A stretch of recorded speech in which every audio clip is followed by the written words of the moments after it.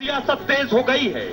ओवैसी से लेकर कांग्रेस के नेता तक सवाल उठा रहे हैं। बाबा, फतेहपुर की दरगाह का याद नहीं आया बाबा आपको? यही तो हमारा गुस्सा है। वो दरगाह पे हमला हुआ, कुछ नहीं। वो बरेली में हुआ, वाह मैं ऐसा कर दूंगा, मैं वो कर दूंगा। हिंसा के बाद से यूपी पुलिस आरोपियों पर शिकंजा कस रही है। गिरफ्तारी से लेकर बुलडोजर एक्शन और अब एनकाउंटर जारी है। एक्शन से नाराज कुछ लोग धमकी और भड़काऊ बयानबाजी पर उतर आए हैं। बुलडोजर कार्रवाई भी फौरन रोकी जाए और दहशत का माहौल खत्म किया जाए। अगर हमारी ये मांगे फौरन कबूल न की गई तो जल्द ही कोई ठोस फैसला लिया जाएगा। अब देखिए जरा इस एक्शन के बाद योगी को क्या क्या कहा जा रहा है, क्योंकि बरेली में अभी भी कार्रवाई हो रही है। योगी की कार्रवाई और एक्शन जारी है।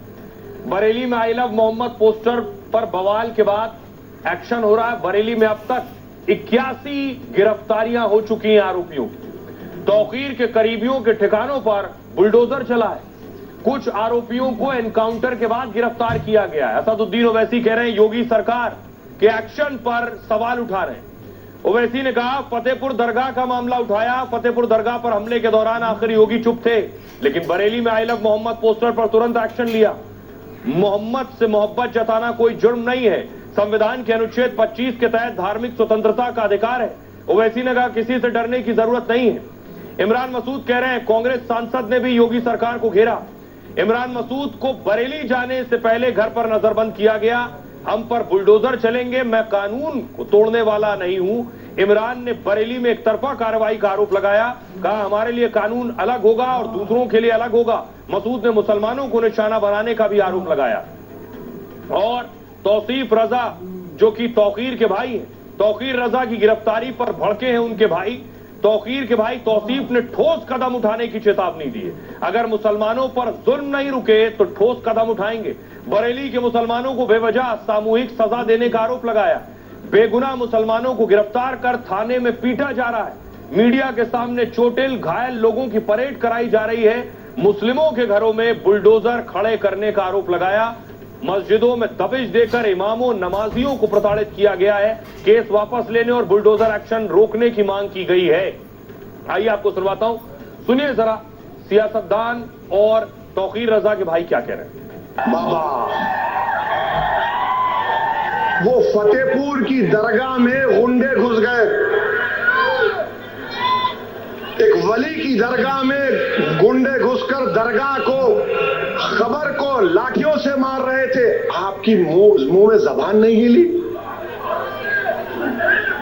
खाली बरेली में क्या हुआ वो याद रहा आपको? फतेहपुर की दरगाह का याद नहीं आया बाबा आपको? उस पर भी कुछ बोल देते, नहीं बोले क्योंकि मारने वाले इनके मित्रों थे।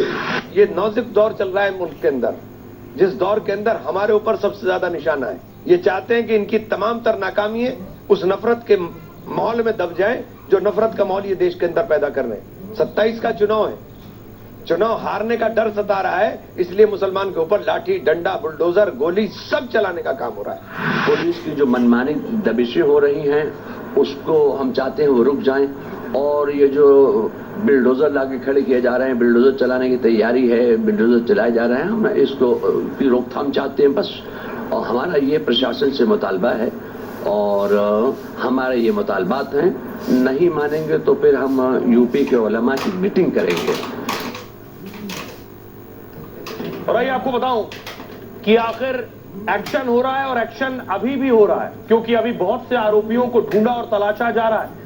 3 एनकाउंटर हुए हैं अब तक, कल से आज तक में 24 घंटे में 3 लोगों पर एक्शन हुआ है।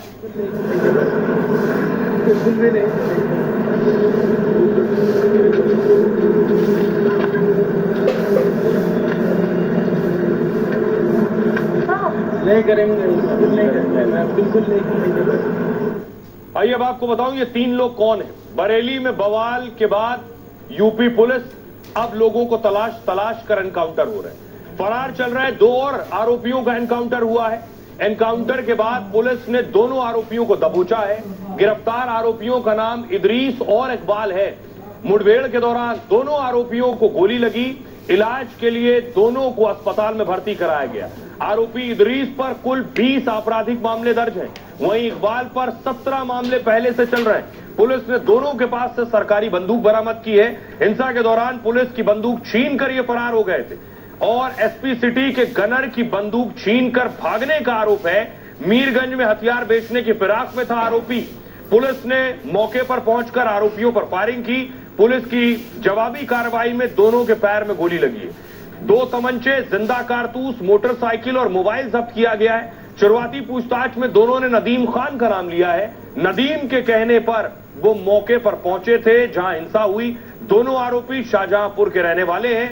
चोरी, डकैती और गैंगस्टर एक्ट में कई केस इनके खिलाफ दर्ज हैं। सुनिए, एसएसपी ने आज प्रेस कॉन्फ्रेंस की। जो भी पुलिस एक्शन ले रही है, क्या कह रहे हैं? 2 अभियुक्तों को पुलिस मुठभेड़ में गिरफ्तार किया गया है। इन दोनों को पुलिस मुठभेड़ के दौरान गोली लगी है। इनको उपचार के लिए भेजा गया है।